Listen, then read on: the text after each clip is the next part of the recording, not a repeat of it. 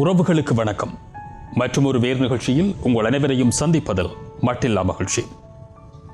உலகில் மானுடத்தின் தொன்மையை ஆராய்ந்து கொண்டிருப்பவர்களின் அமுத சுரபி, தொன்மையான படிமங்களை அள்ளி கொடுக்கும் ஒரு வரலாற்று சுரங்கம் சிந்து சமவெளி குறித்து வேர் தேடுகிறது இன்றைய நிகழ்ச்சி.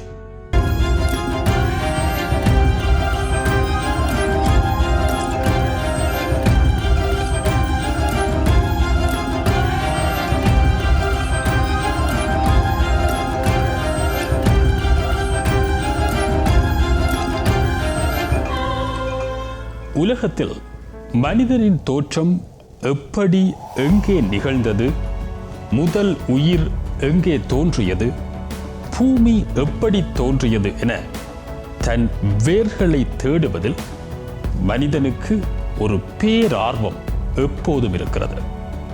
அவ்வாறான தேடல்களும் அவற்றின் பதில்களும் உயிர், நில, அரசியல் சார்ந்த பகுமானங்களாக இன்றைய உலகை இயக்கிக் கொண்டிருக்கின்றன என்று சொன்னால் மிகையில்லை. இன்று வரை நிகழ்ந்த அவ்வாறான தேடல்களில் முதன்மையான ஒன்றுதான் சிந்து சமவெளி நாகரிகம் குறித்த அறிவியலாளர்களின் தேடல். இன்றைய இந்தியாவின் வடமேற்கு பகுதிகளையும் பாகிஸ்தானின் பகுதிகளையும் கொண்ட ஒரு பரந்த நிலப்பரப்பு இந்த சிந்து சமவெளி. வரலாற்றாசிரியர்களுக்கும் ஆய்வாளர்களுக்கும் உலக தொல்லியல் வல்லுநர்களுக்கும் ஒரு சொர்க்க பூமியாக இந்த சமவெளி திகழ்ந்து வருகிறது. கிறிஸ்துவிற்கு பின் 1842 ஆண்டில் சார்லஸ் மேசன் என்ற ஆராய்ச்சியாளர் ஹரப்பா என்ற ஒரு புராதன நகரத்தை முதன்முறையாய் கண்டறிந்தார். அதன் தொடர்ச்சியாக கிறிஸ்துவிற்கு பின் 1921 ஆண்டு 1922 ஆண்டுகளில் Sir John Marshall, Rai Bahadur, மாதேஸ் ரோப் ஆகியோரால் மொஹஞ்சதாரோ என்ற மற்றொரு புராதன நகரமும் வெளிப்படுத்தப்பட்டது. அன்றிலிருந்து இன்று வரை இந்த புராதன நகரங்களை மையப்படுத்தி மேற்கொள்ளப்பட்டு வரும் ஆய்வுகள் அனைத்தும் அள்ள அள்ள குறையாத அமுத சுரபி போல பல விடயங்களை கொடுத்து கொண்டே இருக்கிறது. இமயமலையில் தோன்றி அரபிக்கடலில் கலக்கும் சிந்து நதியின் பள்ளத்தாக்குகளில் சுமார் 5000 ஆண்டுகளுக்கு முன்பே உருவாகிய நகரங்களாக இவை இருக்க வேண்டும் என்பது ஆராய்ச்சியாளர்களின் கருத்து. குறிப்பாக கிறிஸ்துவிற்கு முன் 3000 ஆண்டிற்கும் கிறிஸ்துவிற்கு முன் 2500 ஆண்டிற்கும் இடைப்பட்ட காலத்தில் இந்த நகரங்கள் செழிப்புற்று விளங்கியிருக்க வேண்டும் என்பதும், ஏதோ ஒரு காரணத்தால் அவை முற்றாக அழிந்திருக்க வேண்டும் என்பதும் அவர்களின் கருதுகோள். இன்றைய நகராக்கல் முறைகளிலும் பார்க்க மேம்பட்டதான ஒரு நகர திட்டமிடலும், கட்டட அமைப்பு, போக்குவரத்து, வணிகம் போன்றவற்றில் இங்கு இருந்திருக்கக்கூடிய தொழில்நுட்பங்களும் எப்போதும் கண்களை விரியச் செய்யும் ஆச்சரியங்களை உலகிற்கு கொடுத்து வருகின்றன. அந்த நகரவாசிகளின் வாழ்க்கை முறை, பண்பாடு போன்றனவும் அவ்வப்போது இப்பகுதிகளில் வெளிப்படும் படிமங்களில் இருந்து ஒரு முறைப்படுத்தப்பட்ட ஒன்றாக இருந்து வந்திருப்பதை அறிய முடிகிறது. ஆனால் இங்கு வாழ்ந்த மக்கள் பற்றியும், அவர்கள் பேசிய மொழி, பின்பற்றிய இன அடையாளங்கள், இவை பற்றி ஒருமித்த ஒரு கருத்திற்கு இதுவரை யாரும் வரவில்லை என்று சொல்லலாம். வணிக செயற்பாடுகளுக்கு பயன்பட்ட நாணயங்கள், உலோக முத்திரைகள், பல்வேறு படிமங்களில் இருக்கும் எழுத்துக்கள் என்று பலவற்றையும் கண்டறிந்திருக்கும் போதிலும் அவற்றை முழுமையாக வாசிக்கவோ, இப்போது பழக்கத்தில் உள்ள உலக மொழிகளோடு அவற்றை ஒப்பிடவோ முடியவில்லை என்ற கருத்துக்கள் பலமாக இருந்து வந்திருக்கின்றன. இருந்தபோதும் இந்த சமவெளியை சூழ்ந்துள்ள பகுதிகளில் இந்தோ யூரோப்பியன் லாங்குவேஜ் என்கிற இந்திய ஐரோப்பியன் மொழி குடும்பத்தைச் சேர்ந்த மொழிகள் தான் இப்போது பயன்பாட்டில் உள்ளன.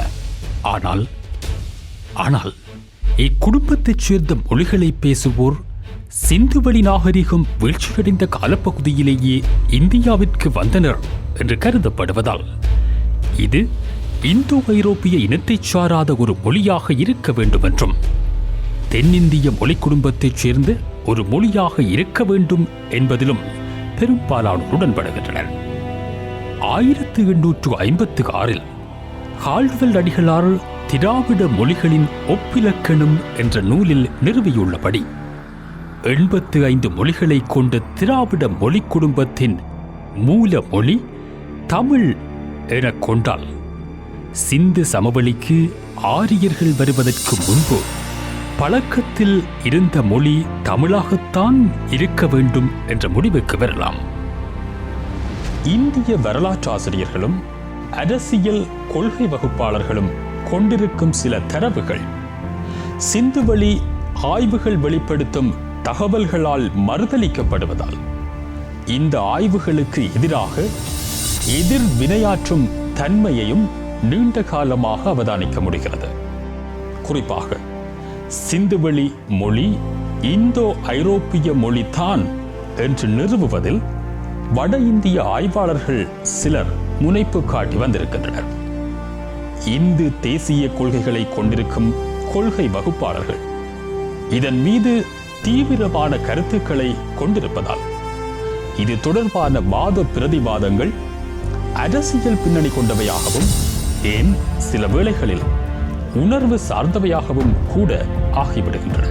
எது எப்படி இருந்தாலும் உண்மையின் முனைகளை புனைவுகளால் மழுங்கடித்துவிட முடியாது என்ற அறத்தின் வழி இந்தியா முழுவதும் கிடைத்த சில தொன்மங்களும் படிவங்களும் சிந்து சமவெளியில் கிடைத்தவற்றை ஒற்ற தன்மையில் அமைந்து ஆராய்ச்சியாளர்கள் சொல்லாத அல்லது அவர்களால் சொல்ல முடியாமல் போன பல விடயங்களை வெளிச்சம் போட்டு காட்டியிருக்கின்றன.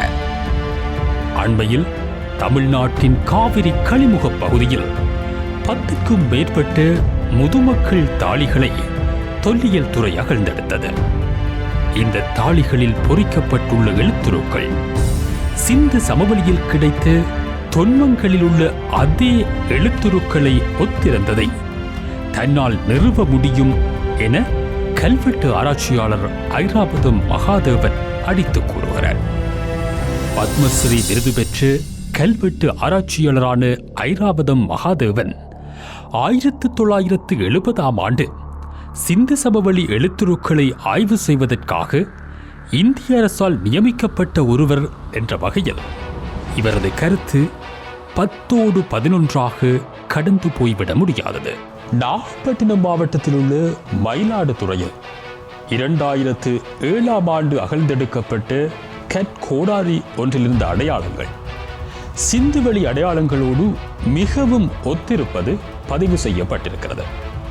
மொஹஞ்சதாரோவில் கிடைத்த சில உருவங்கள் படிமங்களில் இருக்கக்கூடிய முதுகை காட்டி அமர்ந்த விலங்கு, கொக்கி, நாட்சந்தி, குவளை வடிவ முத்திரைகள் போன்ற அடையாளங்களை ஒன்றோடு ஒன்று பொருத்தி நகரத் தலைவன், பாண்டி, பாண்டியன் என்று பொருள்படுத்த முடியும் என்கிறார் மகாதேவன். இதற்கு இணையான பல வார்த்தைகளை பழம் தமிழ் இலக்கியங்களில் இருந்து அவர் பட்டியலிடுகிறார். மேலும் காணொளிகளை காண தமிழ் விஷன் HDயை சப்ஸ்கிரைப் செய்வதோடு கீழுள்ள பெல் பட்டனை அழுத்தி அப்டேட்களை உடனுக்குடன் பெற்றுக்கொள்ளுங்கள். ஒரு இனத்தின் வரலாற்றை அறிவதற்கு மிகச்சிறந்த வழி அந்த இனத்தின் மொழியை ஆராய்வதுதான் என்று ஸ்பானிய நாடுகாண் பயணி மார்டின் அலோன்சோவின் கருத்துப்படி சிந்து சமவெளி நகரங்களிலிருந்து ஊர்களின் பெயர்கள் என்று பட்டியலிடப்பட்டுள்ளவற்றில் கொற்கை, வஞ்சி, தொண்டி, வளாகம் ஆகியவையும் அடங்கி இருப்பதை இங்கே கவனிக்கலாம். இவ்வாறு ஊர் பெயர்கள் வழக்குச் சொற்கள் கொண்டு சிந்து வெளியில் ஆழ ஊடுருவியுள்ள தமிழ் வேரை பல மொழி வரலாற்று அறிஞர்களும் நிறுவியுள்ளனர். அல்ஜின்ஸ், சங்காலியா, பர்போலோ, ஐராவதம் மகாதேவன் மற்றும் FC சவுத்வோத் ஆகியோரும் இவர்களில் குறிப்பிடத்தகுந்தவர்கள். இன்றைய பாகிஸ்தானில் உள்ள கொற்கை, வஞ்சி, தொண்டி, மத்ரை, உரை, கூடல்கட், கோலி, ஆப்கானிஸ்தானில் உள்ள கொற்கை, பூம்புகார் ஆகிய ஊர் பெயர்கள் சங்க இலக்கியங்களில் குறிப்பிட்டுள்ள தலைநகரங்கள் மற்றும் துறைமுக நகரங்களின் பெயர்களான கொற்கை, வஞ்சி, தொண்டி, மதுரை, உறையூர், கூடல், கோழி, பூம்புகார் இவற்றை நினைவுபடுத்தும் வகையில் உள்ளதாக உலக தமிழாராய்ச்சி நிறுவனத்தில் ஒரிசா பாலு என்கிற முன்னாள் ஒரிசா மாவட்ட ஆட்சியர் பாலகிருஷ்ணன் வழங்கிய கட்டுரை கூறுகிறது. காலப்போக்கில் மொழி மாற்றங்கள், புலப்பெயர்வுகள், குடியேற்றங்கள் என எத்தனை நிகழ்ந்தாலும் அவற்றையும் மீறி உயிர்த்திருக்கும் ஒரு சாகா தன்மை ஊர்களின் பெயர்களுக்கு இருக்கிறது. இந்த இடத்தில் நீண்ட தூரங்களால் பிரிந்துள்ள தென்னிந்தியாவும் வடமேற்கு இந்தியாவில் உள்ள சிந்து சமவெளியும் இயல்புகளால் ஒன்றாவது எப்படி என்ற கேள்வி எழுகிறது. இதற்கான பதில் தென்னிந்திய பூம்புகார் கடல் சேர்ந்த பகுதிகளின் ஆய்வுகளில் கிடைத்திருக்கும் தகவல்கள் மூலமாக கிடைக்கும். ஹரப்பா, மொஹஞ்சதாரோ ஆகிய நாகரிகங்களை விட மிகவும் மேம்பட்ட நாகரிகங்களை கொண்ட ஒரு நகர் பூம்புகார் அருகே கடலுக்குள் புதையுண்டு உள்ளது என பல ஆண்டுகளுக்கு முன்பிருந்தே நிலவிய செவ்வி வழி கதைகள் கடந்த 2001 மிக துல்லியமாக உண்மைதான் என நிறுவப்பட்டுள்ளன. கடந்த 2000 பூம்புகார் கடற்பகுதியில் அகழ்வாய்வு மேற்கொண்ட பிறகு கிரஹாம் ஹான்ஹாக் என்ற இங்கிலாந்து நாட்டு ஆழ்கடல் ஆய்வாளர் சில செய்திகளை வெளியிட்டார். அந்த செய்திகள் உலகின் பார்வையை ஒட்டுமொத்தமாக ஒருமுறை தமிழகத்தின் பக்கம் திருப்பின. ஆம், நாகை மாவட்டம் பூம்புகார் அருகே சுமார் 11,000 ஆண்டுகளுக்கு முன்பு கடலில் மூழ்கிய ஒரு பிரம்மாண்டமான நகரம்தான் உலகில் முதலில் தோன்றிய நவீன நகர நாகரீகம் என்று அவர் அறிவித்தார். இந்த அறிவிப்புப்படி 5,000 ஆண்டுகள் பழமையான இன்றைய ஈராக்கின் மெசொப்பொத்தேமியா நாகரிகமே தொன்மையானது என்று இதுவரை உலகம் சொன்ன கருத்து கேள்விக்குள்ளாக்கப்பட்டது. இந்திய அரசின் கட்டுப்பாட்டில் கோவாவில் அமைந்துள்ள தேசிய ஆழ்கடல் ஆராய்ச்சி கழகம் என்ற நிறுவனம் கடந்த 1990 வாக்கில் வரலாற்று புகழ்பெற்ற பூம்புகார் நகர கடற்பகுதியில் ஒரு ஆய்வினை மேற்கொண்டனர். இந்த ஆய்வுகள் 1993 வரை தொடர்ந்து நடைபெற்றன. இந்த ஆய்வின் போது பூம்புகார் கடற்பகுதியிலிருந்து சுமார் 3 கிலோமீட்டர் தொலைவிற்குள் பல வட்ட வடிவமான கிணறுகள் இருப்பது கண்டுபிடிக்கப்பட்டது. இந்த கிணறுகள் பூம்புகார் முதல் தரங்கம்பாடி வரையிலான கடற்பகுதியில் பரவி இருந்ததும் கண்டறியப்பட்டுள்ளது. இது தவிர சங்க காலத்தை சார்ந்தது என கருதப்படும் சுட்ட செங்கற்களாலான எல் வடிவ கட்டடம் நீரில் சுமார் 25 அடி ஆழத்தில் குதிரை குழம்பு வடிவில் 85 அடி நீளமும் 2 மீட்டர் உயரமும் கொண்ட பல பொருட்கள் போன்றனவும் கண்டறியப்பட்டுள்ளன. இவை அனைத்தும் பூம்புகார் கடற்பகுதியில் ஒரு பெரிய நகரம் மூழ்கியிருக்க வேண்டும் என்பதை வெளிப்படையாக காட்டிய போதும் தேசிய ஆழ்கடல் ஆராய்ச்சி கழகம் நிதி பற்றாக்குறை என்ற காரணத்தை காட்டி தன்னுடைய ஆய்வை இடைநிறுத்தியது.